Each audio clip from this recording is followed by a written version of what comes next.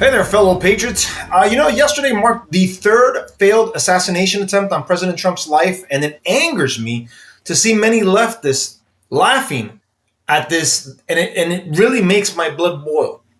Last night at the correspondence event held at the Hilton in D.C., some nut job breached the security checkpoint and was significantly armed as he apparently was aiming for President Trump and others of his administration at this event. Let's dive into the details. A lot of this is still fresh, but some of this, or a lot of this stuff is confirmed already, but we'll take a look. So let's take a little trip down memory lane. Just remember, this is the third failed attempt. So that means we had two prior attempts. The first one took place on the campaign trail in Butler, Pennsylvania, while the second attempt took place at Trump's Mar-a-Lago estate. What's really idiotic about the first one is that you have these twits on the left thinking that this was fake and it was staged. How brainwashed does one have to be to think this was staged and fake? There was a man who died that day. He was hit by the bullet, and we covered that event, right? We covered the gentleman who passed away.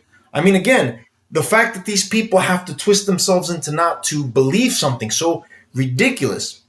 I mean, this is what we call peak brainwashing from the left. But here's what's really interesting. What these people always accuse us of is what they're guilty of themselves. No, the assassination attempt in Butler wasn't staged, but you know what was staged? The fake march of white supremacy.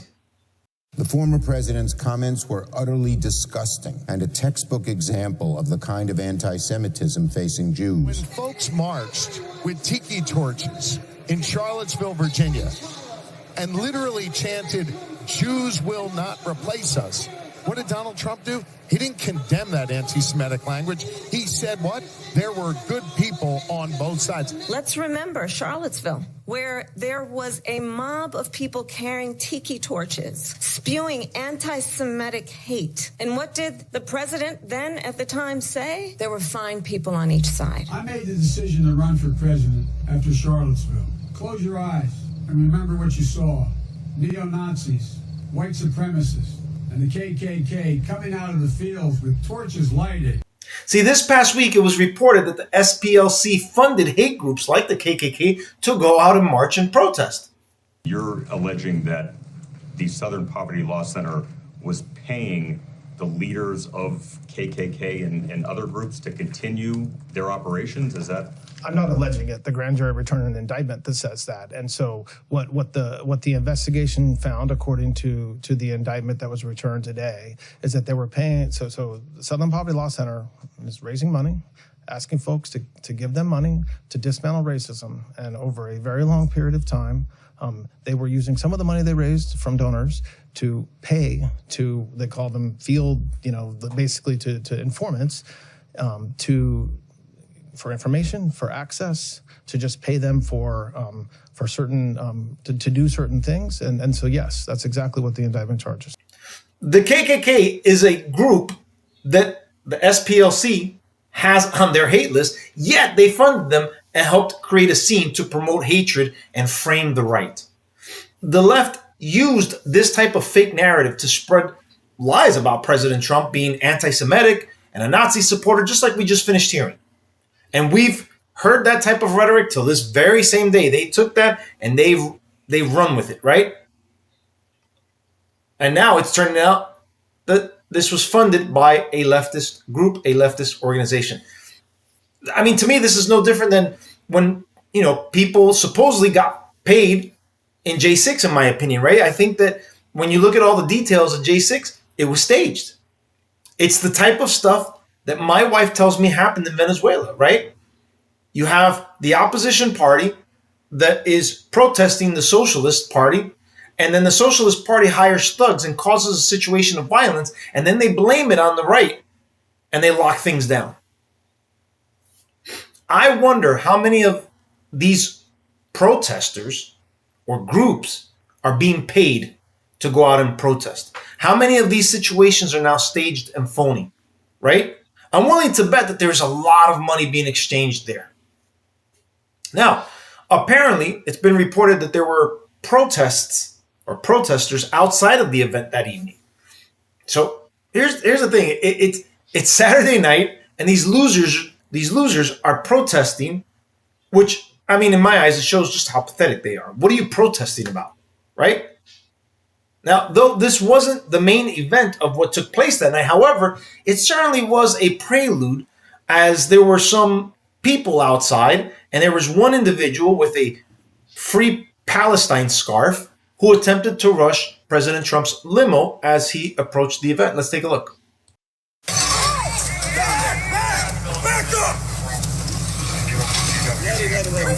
Stay behind the perimeter. Do not cross the gate.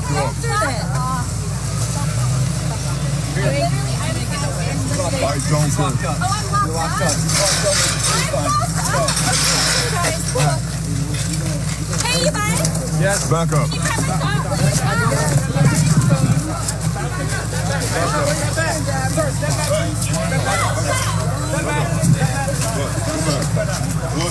You're not listening. So as you saw, again, this idiot with her Free Palestine scarf, probably doesn't even know what it means, was arrested for her stupidity as she tried to rush the president's limo, and she continuously cursed at the officers. That's a good way to get yourself arrested, right? Whatever leniency they may have possibly thought of at the moment just went out the window by you cursing at them and insulting them.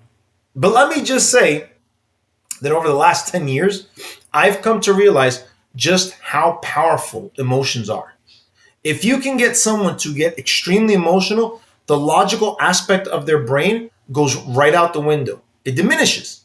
And it causes people to essentially lose their minds, as we continuously see over and over again from the left.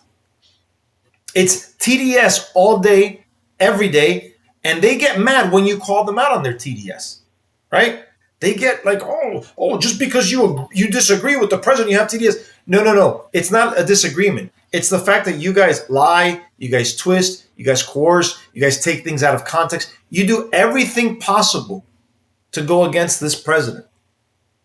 That's TDS. TDS is when you start cheering and rooting for U.S. enemies, like the Ayatollahs in Iran.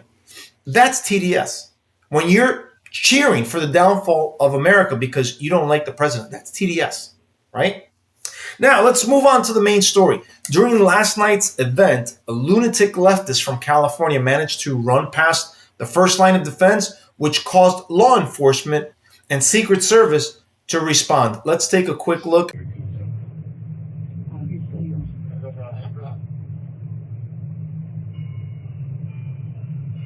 Shall I post it as soon as he passed down? 18. Go for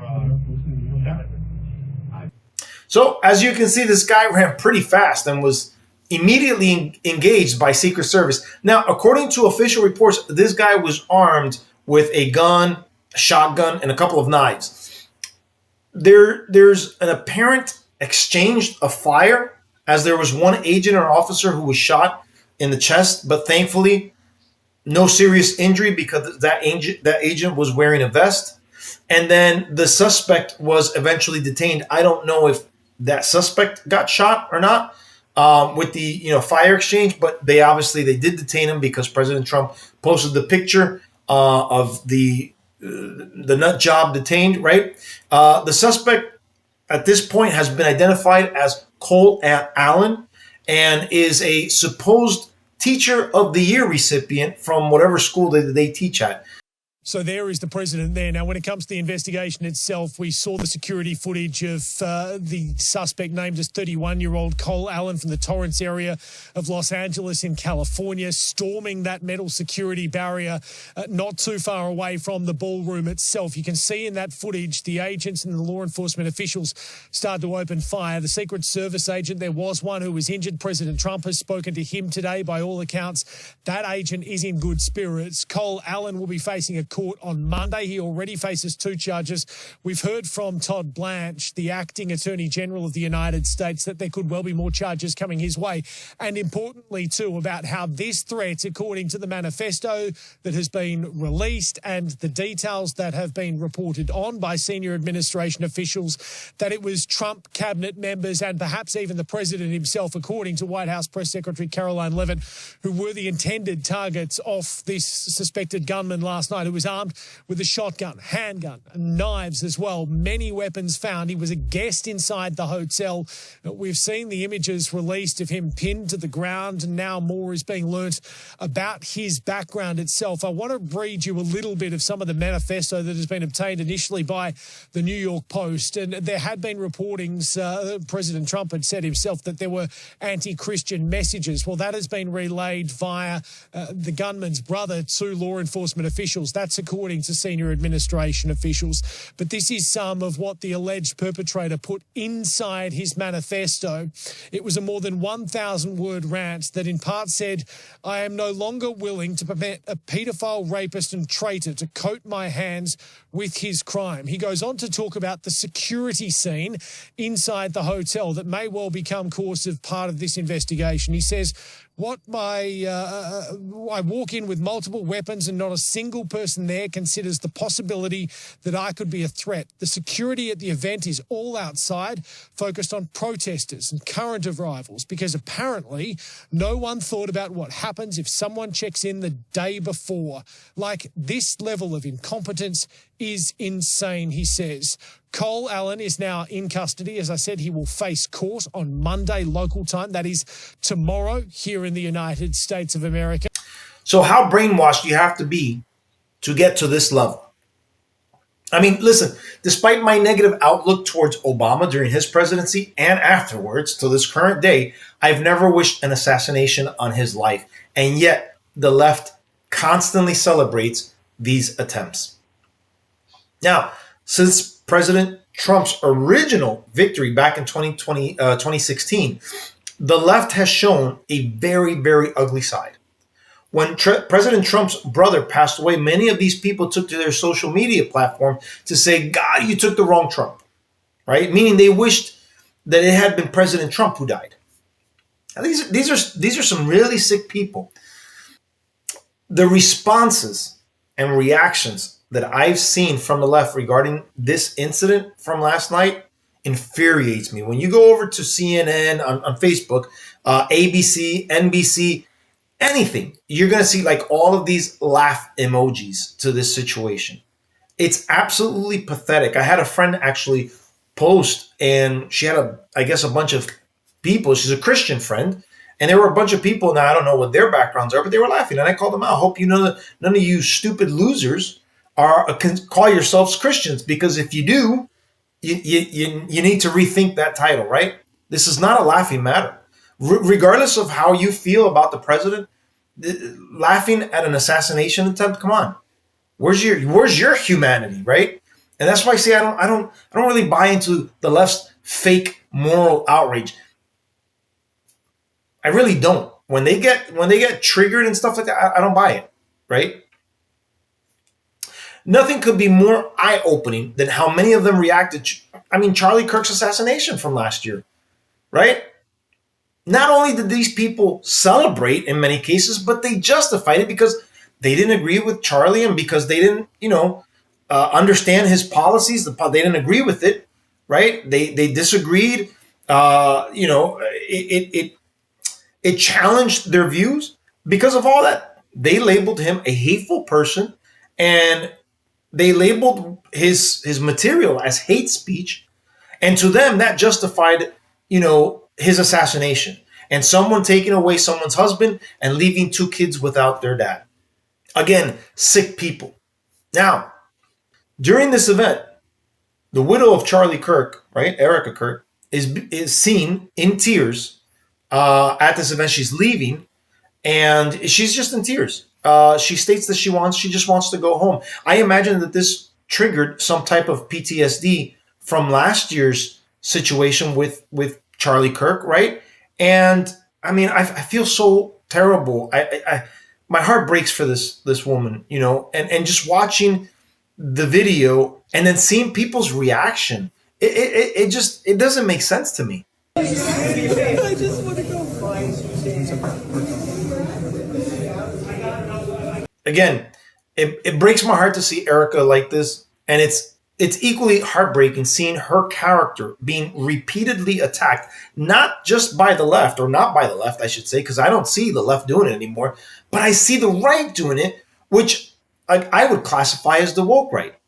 I mean, just a few days ago, Mrs. Kirk had to cancel her trip to a Turning Point event because her security team deemed there to be a credible threat to her life, and they couldn't guarantee her safety. Sadly and pathetically, the woke right, led by the disgusting Candace Owens, took the opportunity to mock Mrs. Kirk's situation. JD Vance's energy is giving that Erica cried on the phone. I think that when JD Vance's plane was circling, of course Erica would have called him directly. She would not have done that via a third party person, out of respect. I think she was on the phone with him. She cried, right? His energy is like the male, I need to protect a woman in distress. Like she's a female, she's in distress. But she's like, I'm just scared. And like, I'm looking online and people are saying like, they're just saying that like they want me to die. And I'm just so overwhelmed right now, Mr. Vice President. I'm just so overwhelmed. Dab, dab, dab, no tears. I'm so overwhelmed. And he was probably like, oh my God. And my kids, I just don't want my kids to be an orphan, Mr. Vice President. I know, I'm so sorry. That's what I think went down. Okay? That is the energy that he is giving is like, oh my gosh, I feel so bad. I need to like protect this injured bird. I wonder if it was her third eye, her astral plane projection, or her dreams that gave her this impression. I mean, to me, this is absolutely disgusting in my view. Her mockery of Erica Kirk is absolutely disgusting. And if you're someone who's of a Christian background and you support this type of behavior from one Christian to another, who had her husband assassinated in front of the entire world, please stop calling yourself a Christian. And I strongly recommend reading your Bible, because there is nothing in there. There's nothing that anyone will be able to find me that would justify Candace treating Erica the way that she has. And again, these are two supposed sisters in Christ. Candace is now a Catholic, and Erica obviously is a Christian. So show me where in the Bible one Christian is supposed to treat another Christian in this manner. You won't find it. I'm willing to bet on it. So again, if you're one of those people, do some serious soul searching and read about the man, the God that you claim to follow, because I can assure you, you're disconnected. Now, the danger this woman has to live with now is real, because Candace has manipulated her audience into believing just about anything. And it's just so unbelievable. I mean, Matt Walsh called this out a couple of months ago, that if this continues, we'll begin to see threats made against Erica. And here we are. And again, I have to point this out. This isn't the left doing it at this point. This is coming from the woke right, and it needs to stop. What are you guys going to be satisfied? Is the woke right going to be satisfied when this lady is killed and then her kids are orphaned? Is that really what we're doing? Is that really what is trendy? Right? You have no evidence to implicate this woman in Charlie Kirk's assassination. If you did, take it to the authorities. Let them do the investigation. Let her stand trial. Let her be found guilty by her peers. And then you can have all the... Until then, you're causing a dangerous situation for this woman. And it needs to stop. That is not Christ-like at all. Going back to the situation, just like we mentioned at the beginning of this video regarding the left believing in fake attempts, right? Regarding the first attempt, here we are again. They're trying to, put up more conspiracy theories, calling this event another staged event. And their thought process is that it's in order to greenlight the approval of the White House ballroom. The White House ballroom, which President Trump started, was halted by one of these woke federal judges. And they're saying that Trump staged this event in order to promote and justify the completion of that White House ballroom. Let's take a look. The reasons the mentally enslaved morons believe that this event was, quote, staged is because Trump's ratings haven't been doing that well, and they think that he somehow concocted this in order to get more popular again, to get more sympathy. Also because he does want to build that ballroom. The Democrats are trying to sue to stop it, even though it's much needed to have that ballroom on the White House property so that events don't have to be held in tents. And then events like this would be held in that ballroom, so it's much more secure to get onto the White House grounds. Then they don't have to come and set up temporary security systems and go through all the different security protocols at a hotel. And so the morons online, and there's just thousands and thousands and thousands of them, are saying things that it was just bad for Republicans, so that they had to stage more fake assassination attempts and to get support for the ballroom. Okay. This moron can't figure out why Secret Service allowed the release of the footage showing the assailant trying to get into the event, because, well, it's a major event that people want to know and want to see the evidence right away. He thinks that it should have been buried until the trial for some reason, saying, so the Secret Service and the FBI just happened to release this footage to the president during an active investigation, and he felt the need to post it because why? Well, because people wanted to see what happened, you moron. And he's not the one who personally posted it. See, he has a whole team of people, Dan Scavino especially, who has access to his social media accounts. And so the Secret Service gave that footage to Dan Scavino, who then posted it so that we could see what happened. I think these lies are done on purpose to disguise the left's violence for the regular Joe in order to keep the sheeple within the Democratic support party, right? I don't think that, you've got to be really dumb and stupid to believe in this type of conspiracy theory, right? But you've got people doing it. And again, why? Because that continues the facade. It continues the masquerade that they're not the violent ones, that we're the violent ones. We're the ones filled with. It's all a psyop, right? Now, Matt Walsh takes to his Twitter account and he really nails it to these people with these conspiracy nut jobs. Let's take a listen right here. Matt Walsh says, just to be clear, the theory that leftists are running with is that the Trump administration somehow convinced a registered Democrat to volunteer to go to prison for the rest of his life so that they could use him as a patsy for a third staged assassination attempt. One that they apparently believe was concocted mostly to justify building a White House ballroom that's already being built anyway. That's their theory of the case here. And Matt Walsh, being sarcastic there, obviously points out to their stupidity, right? Now, despite the events from last night, President Trump wanted the night to continue, but he was strongly advised by his team they need to cancel as it's protocol, because at that time, they didn't know if there could be other people involved, meaning another possible attacker or anything of that nature. But let me tell you something. President Trump is one tough cookie, and that's undeniable. Just like when he stood up after being shot and raised his fist and said, fight, fight, fight. Here he is once again with that same type of spirit, right? Now, as the details continue to emerge about this would-be assassin, let's remind ourselves, there's more than likely going to be more of this happening, right? I don't think this is going to be the last time that we see this type of a situation. The left has stoked the flames of hatred so much that it's radicalized the left. These people will stop at nothing until they kill the president, and heaven help us if they do, because I can very easily see our country being thrown into a civil war. For the sake of many, I hope these lunatics never succeed, because yours truly would be one who enlists should the call come to defend our country from abroad or from within. It needs to stop before things get really ugly in this country. So guys, that's today's video. Thank God that our president is safe. Thank God that nobody was injured at that event, right? Everybody's life was protected. And this is a constant reminder that we have to be vigilant, and we've got to constantly fight the good fight. Because why? Evil doesn't sleep. Evil is always working, no matter what day, no matter what night, no matter what event. Evil doesn't rest. So good cannot rest either, and we've got to prevail. So guys, that's today's video. Thank you so much for joining. I will see you guys in the next one. God bless President Trump. God bless America, and God bless you guys. I will see you guys in the next one. Bye-bye.